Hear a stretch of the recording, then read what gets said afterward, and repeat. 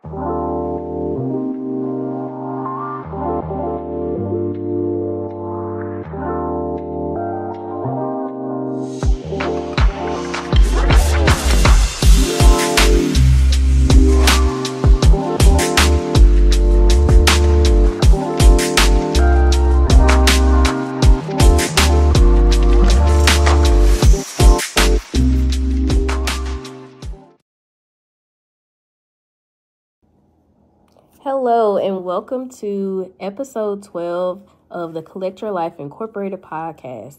I am your host, and today's episode is Overcoming Grief with my good friend, my sister, Marisha Johnson. So we're going to go ahead and get started. Hi, Marisha. Hello everybody. Like she said, my name is Marisha Johnson, and this is my sister, one of my really good friends. And we have been on this journey together, holding each other accountable. So I'm really excited that she is having me on today.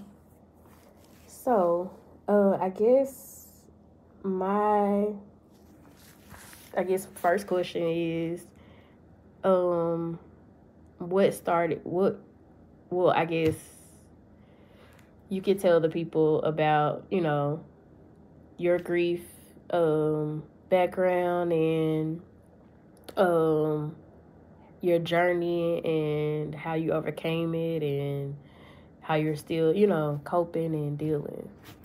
Well, my dad, he was 82 years old, and it started off as it was just like short-term memory loss, but I started noticing some things that my stepmom wasn't really like telling because my dad didn't really want me to know.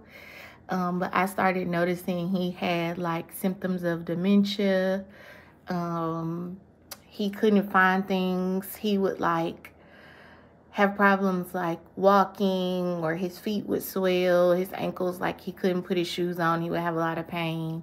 So around maybe, I'm going to say around January of 2021, things started to like decline with his health. He had to walk with a cane, started walking with a walker. And at the time, I didn't know that he had Parkinson's as well. I just thought it was short-term memory loss. Because I would keep up, I would ask my stepmother questions, and she would just say, oh, no, he's taking his medicine for his memory. Everything else is good. The doctor said, for him to be 82, he's fine. But all of a sudden, he just started declining. He wasn't really remembering things. Like, he started talking about stuff like from the past, like family members that have passed. When I would call him on the phone, he would ask me like the same questions over and over. He would just like mumble, kind of like he couldn't hold a conversation. So I kind of knew then something was wrong. From January to March, he would go to the doctor a lot. Like, it was always something going on with him.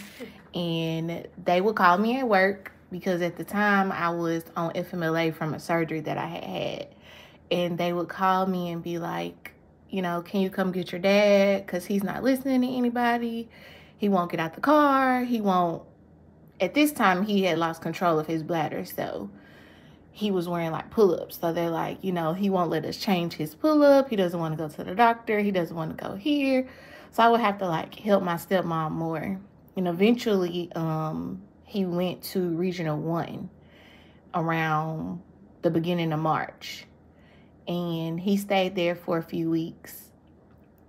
And then they said that he had dementia.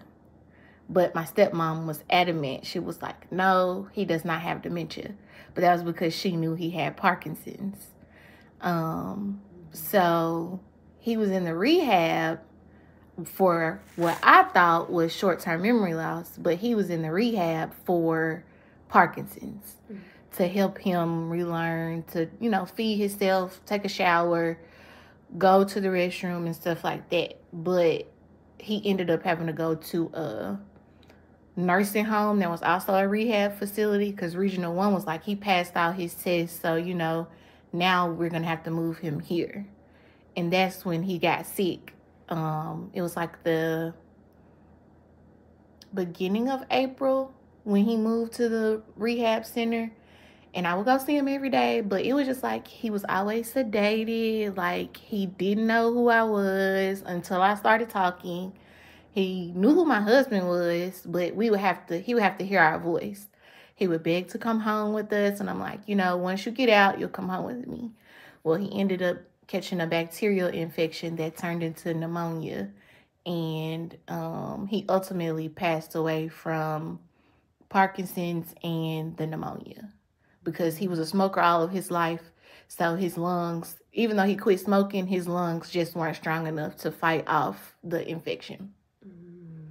And that's the backstory on. He passed April 20th, 2021. So from January to April, I watched his full decline. I helped with him. And then my stepmom and I both made the decision to take him off life support together. So that's why I was grieving so hard. Okay. So after, of course, I know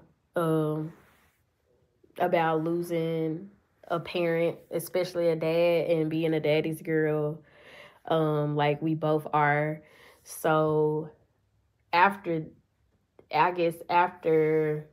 your dad passed, like, what happened? Like, how did you feel? And of course I kind of know, but just tell everyone, how do you feel? Of course, I was like devastated. I was like crushed. I was like, I thought my dad would live forever, honestly, like, because that was my Superman. I'm like, every time he got sick, he came back. Like, I was like, I knew my daddy was going to come back from this. Like, I wasn't prepared for him to not come back from this situation.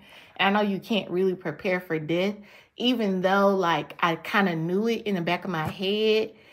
I still couldn't believe, like, I was in denial for a long time. And that denial is what sent me into a really bad depression. After the funeral, like, I've said things like, I want to just be with my dad, like, not try to harm myself, but I would say things to make people think that I was trying to harm myself. Like, I just wanted to go be with my dad because I was so close to him. I was in a deep depression. Like, my anxiety was bad. Like, when it rained, I would cry. Like, if I saw his picture, I would cry. If I listened to a voicemail. And my husband was just like, why are you torturing yourself? Like, your dad is in a better place. But I was just in denial for so long, like literally a year. I was in denial, like, that he was gone. I just this year realized and have accepted that my dad has passed away. And I still have not yet visited his grave. Like, that's something that I'm not able to do yet. But I went into a really bad depression. I had to go to therapy. I went to grief counseling. I also did a group counseling through Lakeside, because once I started saying some of the statements, like, I wanted to be with my dad, like, I didn't want to be here anymore. My husband and my mom and my aunt, they were like, we got to get you some help. So I went through an all-women's program. Some were dealing with grief. Some were dealing with divorces. Some were dealing with... But I love, like, that therapy helped me out a lot. I stopped going to grief counseling because it just seemed like, to me, that's all we talked about was grief. Like, we didn't talk about how to overcome it. It was a Christian-based grief counseling. And, I was trying to use my faith to, like, come out of it. But it was just like, I wasn't mad at God, but I was just like, why? You know how I am about my dad. Like, my one person, like, why would you take him away from me? So I had to go to therapy, and I had to see a therapist who I still see. At first, I was on about 6 medicines a day for my depression and my anxiety. 2 antidepressants for my mood. 2 for anxiety and panic attacks. And then it was like 2 to help me sleep because I wasn't sleeping. And one of them helped my appetite. I lost 30 to 40 pounds during my depression. So I went from being 190 to 160. Wow. Because I was so depressed. And it actually put a strain on my marriage. Like, my husband was just like, I feel like I'm alone because all you do is cry. Like, if you don't do anything else, you got to get up because you have a son. You know, we have a child and he needs you. So during that time, I was in a deep, it was bad. It was real bad. I didn't go anywhere. I didn't talk to anybody. I went to the doctor. I took my meds. I laid in the bed. I didn't work. I cried. Like, I made it, I'm not going to say I made it hard on my family, but I put my family in a very compromising situation because I was just so depressed all the time. Physically, what else did it do for your body? I know you said, like, you had to take medicine and you basically and you lost a lot of weight, but did you have any other issues? Like, because, like, depression is also, you were in a stressful state too, right? Like, your blood pressure, I'm sure, was...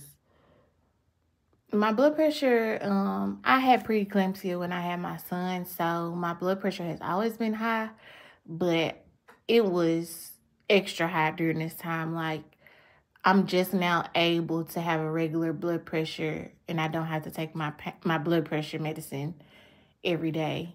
I just went to the doctor because I also have an autoimmune disease, so that stress put more on my body with the autoimmune disease, and my whole body was just like in pain every day. So on top of the anxiety and depressants and the blood pressure medicine, I was also taking pain medicine. So it was like I was just like a zombie all the time. Like, when my friends would call, they'd be like, "What you doing?" And I'd be like, "Now y'all know I'm asleep." Or I'll text them, and then the next minute I'm asleep because I was taking so much medication. Like, my husband was doing everything for my son. Like, and my son realized, like, mommy is not well. And I think that's kind of what made me snap out of it.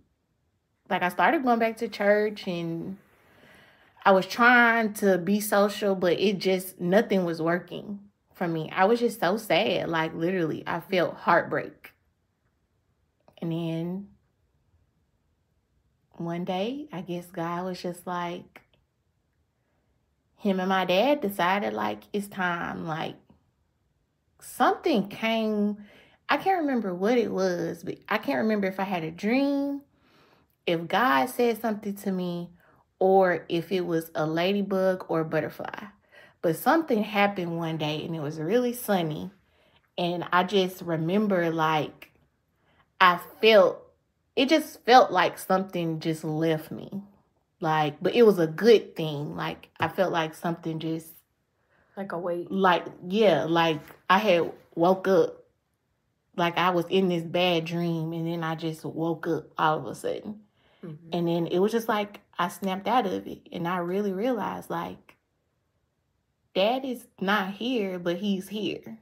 Because him and God been, like, taking care of me this whole time. Like, I have somewhere to stay. I still have my car. Like, I didn't have a job for a year.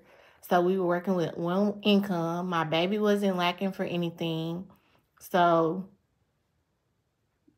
you know, you have more than a lot of people have. I know you want your dad, but you still have you. Like, you got other stuff to live for.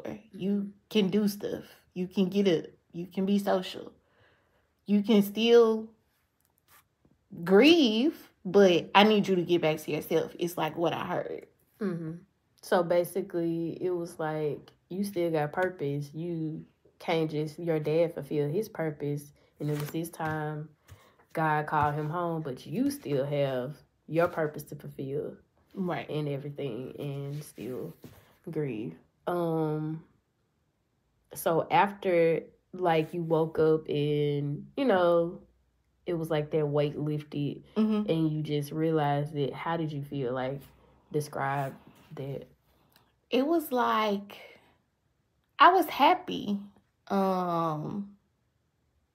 Because it was just like all of a sudden I just had this glow. Like, I don't know, I really can't explain it, but I felt happy. Like how the sun always shines, like not always shines, but like how it's sunny is how I feel on the inside. Like you said, you hit the nail on the head when you said my dad fulfilled his purpose. And now, like, my dad always wanted a boy, but he had 3 girls. I ended up meeting 2 young ladies. One lives in Atlanta and one lives in California. The young lady who lives in California, her name is Jade, and she had lost her mom February of this year. And Tamika, she lives in Atlanta.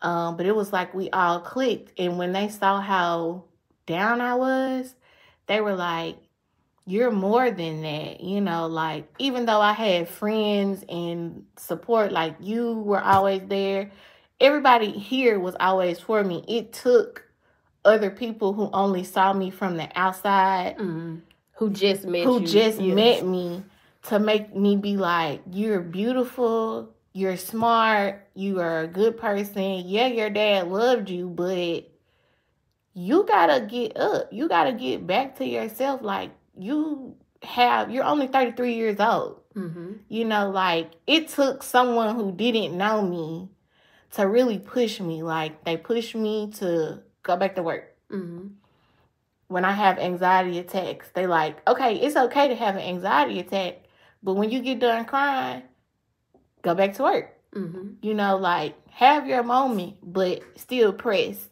And at first, I used to kind of get upset with them because I'm like, y'all don't understand. Y'all don't have it. But Jade is like, my mom, she passed. And I had a baby right before she passed. So I'm dealing with a newborn, a new job, and taking care of my brother. And I break down, but I'm still pressing. And I kind of took it as like everybody grieves differently. But then I was like, you know what? She probably is right. Like, she probably didn't mean to say it how she said it. Right. But I knew what she meant. So it took, like, when I went to go visit them and met them in person, they really, like, helped me through, like, those. I give them a whole lot of credit for helping me, because I tell them all the time, like, y'all really pushed me to realize my dad wouldn't want me to be sad. Like, they like, was your dad a sad person? No. Did your dad work? Yes. If your dad was sick, did he press through? Yes.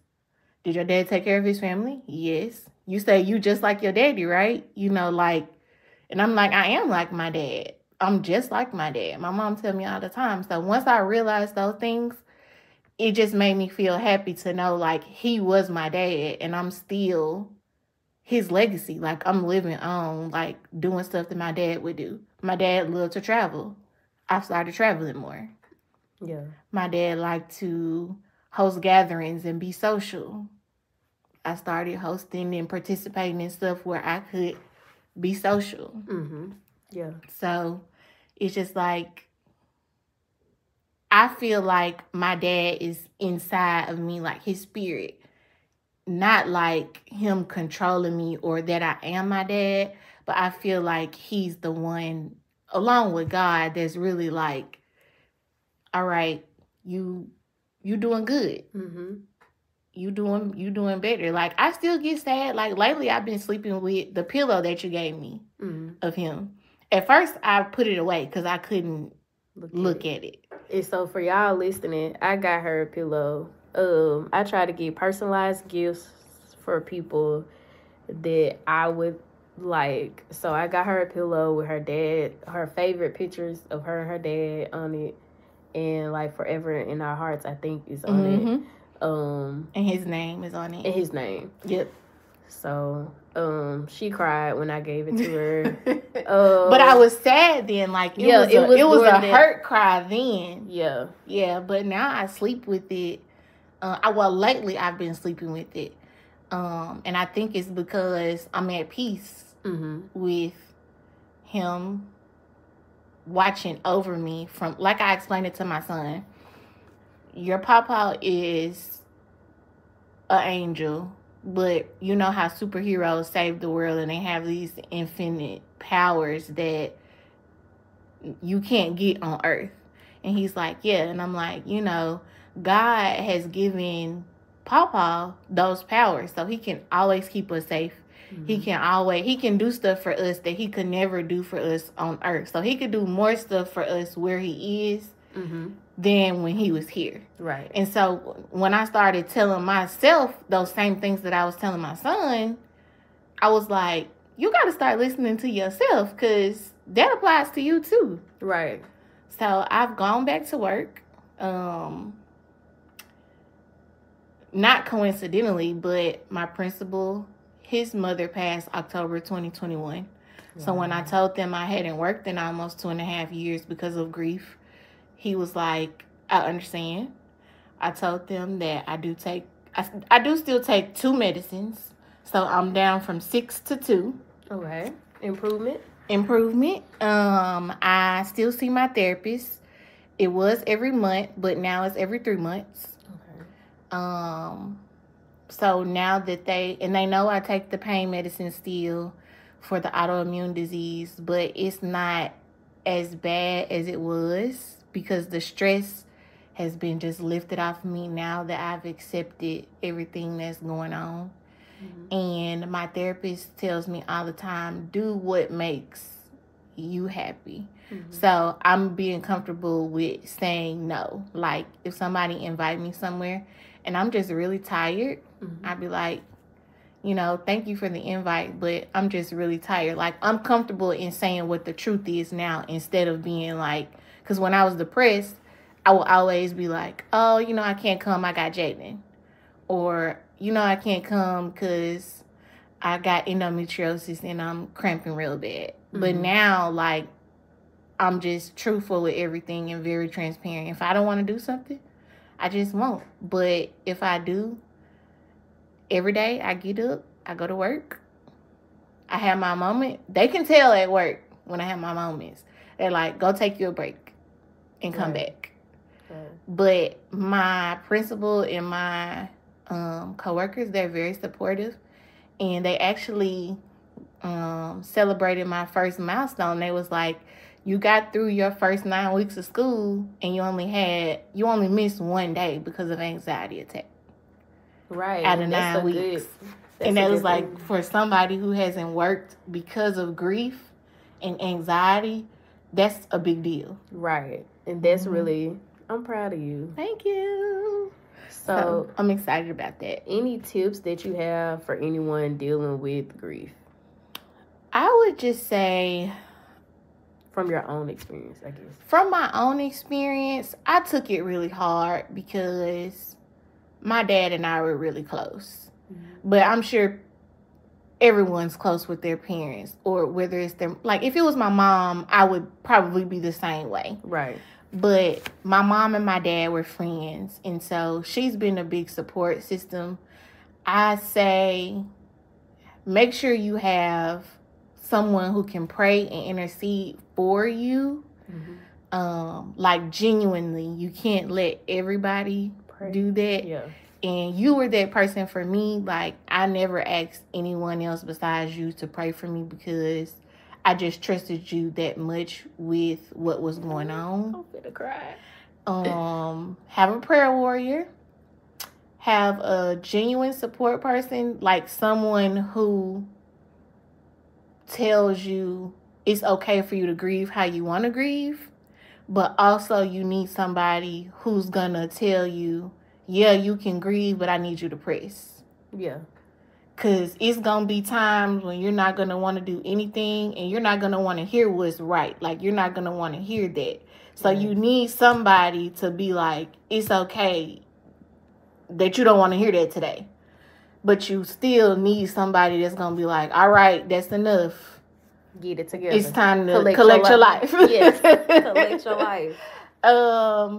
And I would say take your time and do things at your own pace. Like, don't try to rush the process. And don't be embarrassed about the process. I was embarrassed because of some of the things I said, like I said, pertaining to potentially wanting to harm myself and stuff like that. But don't be embarrassed. You have to be transparent, or you won't have anyone to understand you. Right. And understand that people are gonna say things they mean well, but they don't know that it's a trigger for you. Yes. So you have to try to have tough skin. And if it hurts your feelings in the moment, be like, excuse me. Yeah, tell them, like, I need a moment. You know, like, it's okay. You can say without being rude. But just go through your process however you need to go through it. If you want to visit their grave every day, by all means, visit their grave every day.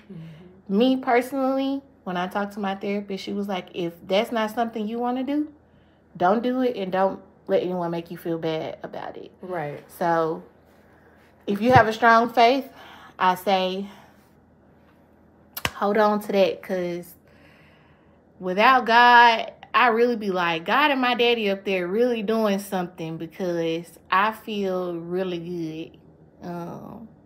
Even though I haven't been to church in a few, and I started, like, I was back at church consistently, this is part of my process. Like I said, it's not that I'm mad at God. I just, right now, I'm in a position with him where I'm just trying to figure out, like,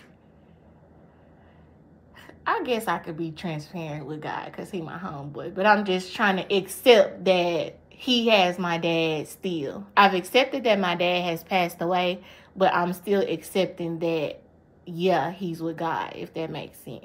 Yeah. So it's kind of like church is a trigger for me right now. Yeah.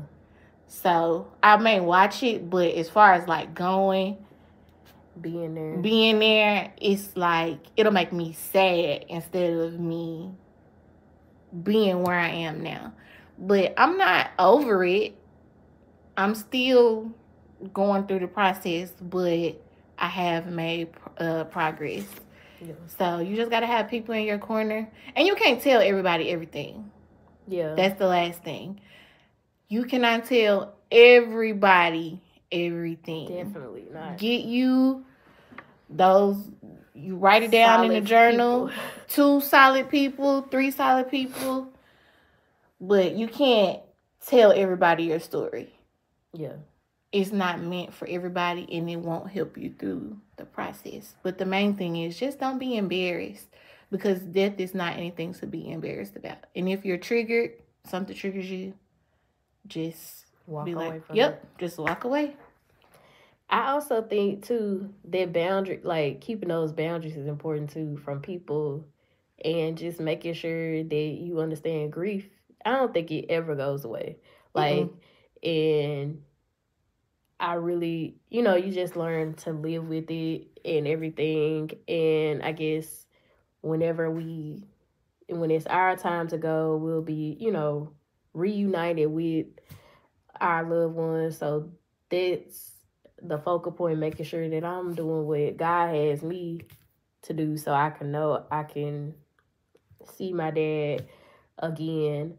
But like you said, his legacy lives through you. Like, you gotta continue your dad's legacy and continue to be what he raised you to be, and also knowing that God is your father too, the heavenly father, the main one that has you always, and he chose your dad to be your dad. Like, right. It's like,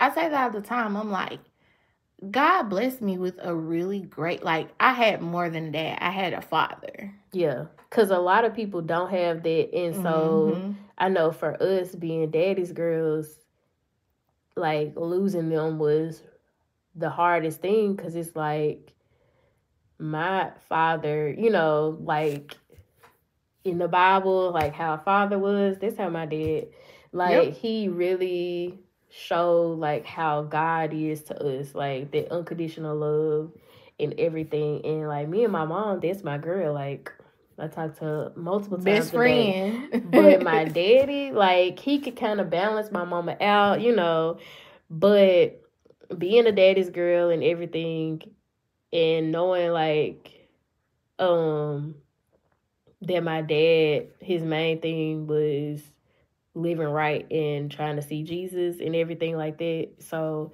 just all the values he instilled in me and trying to continue his legacy and be the best that I could be, trying to make him proud. Yep. So that's basically... And that's my thing. Like, my dad was a kind person. He loved people. Nobody was a stranger to him.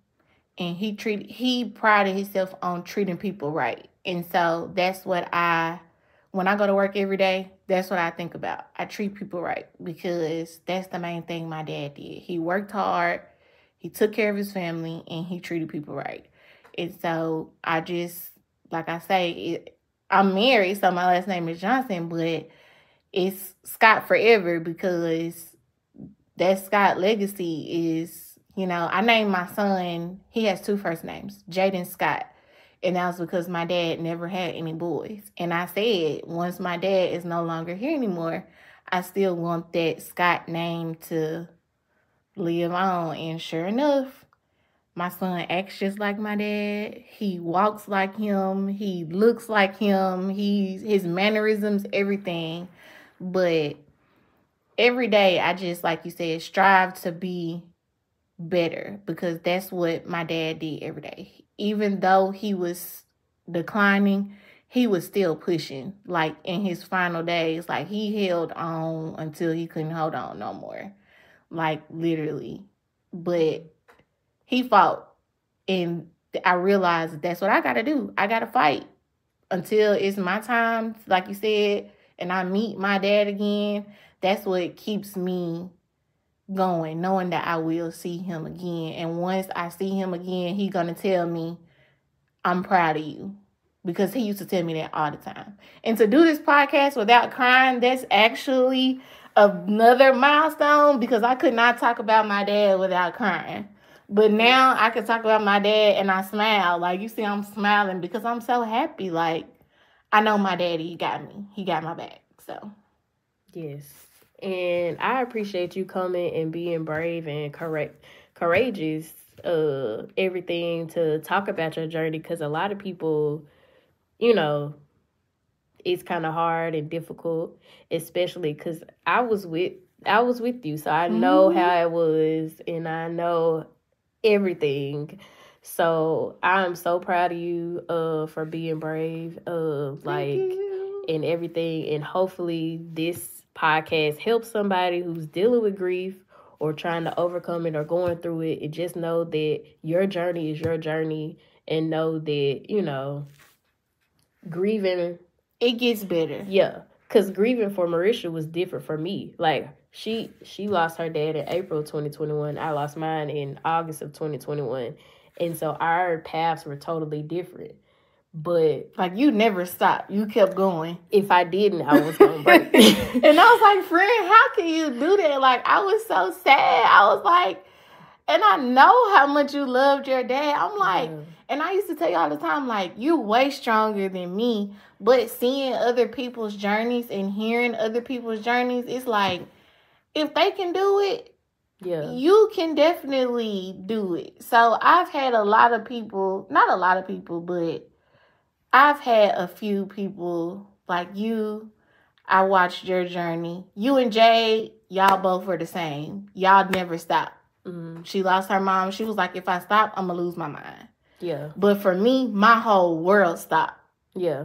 Like, everything stopped. And I did lose my mind. That God had you go through, because it was a part of your testimony. So he could get the glory and show. Like, it's the same with mine. If I didn't stop, if I stopped, like, literally, I would have snapped, probably, more than likely. And like I still feel like I'm a little crazy, but not a little crazy. I can be. But I feel like it was, if I had stopped, it wouldn't have been good for me or my child. Mm-hmm. So I had to keep going.